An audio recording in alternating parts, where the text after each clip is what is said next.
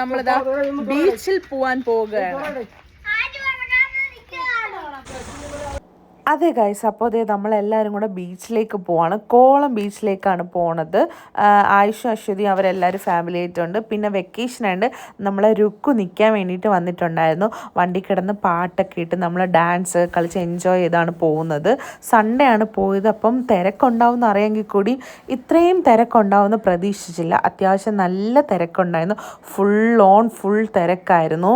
അപ്പോൾ അതേ ചേട്ടനൊക്കെ വണ്ടിയൊക്കെ പാർക്ക് ചെയ്തിട്ട് വന്നു. റിച്ചനെയും ആയുഷിനെയൊക്കെ സേഫായിട്ട് വെള്ളത്തിലൊക്കെ ഇറക്കി. പിന്നെ കുറച്ച് ടോയ്സൊക്കെ വാങ്ങി അവരങ്ങ് ബീച്ചിൽ സെറ്റാക്കിയിട്ടുണ്ടായിരുന്നു. രുക്കു റിച്ചനും ഒക്കെ ഫുൾ വെള്ളത്തിൽ ആദ്യം കുറേ നേരമൊക്കെ കളിച്ചതിന് ശേഷമാണ് റിച്ചനെയും ആയുഷിനെയും കൂടെ നമ്മളിത് ഈ ടോയ്സൊക്കെ വാങ്ങി സെറ്റ് ചെയ്തിട്ടുണ്ടായിരുന്നു.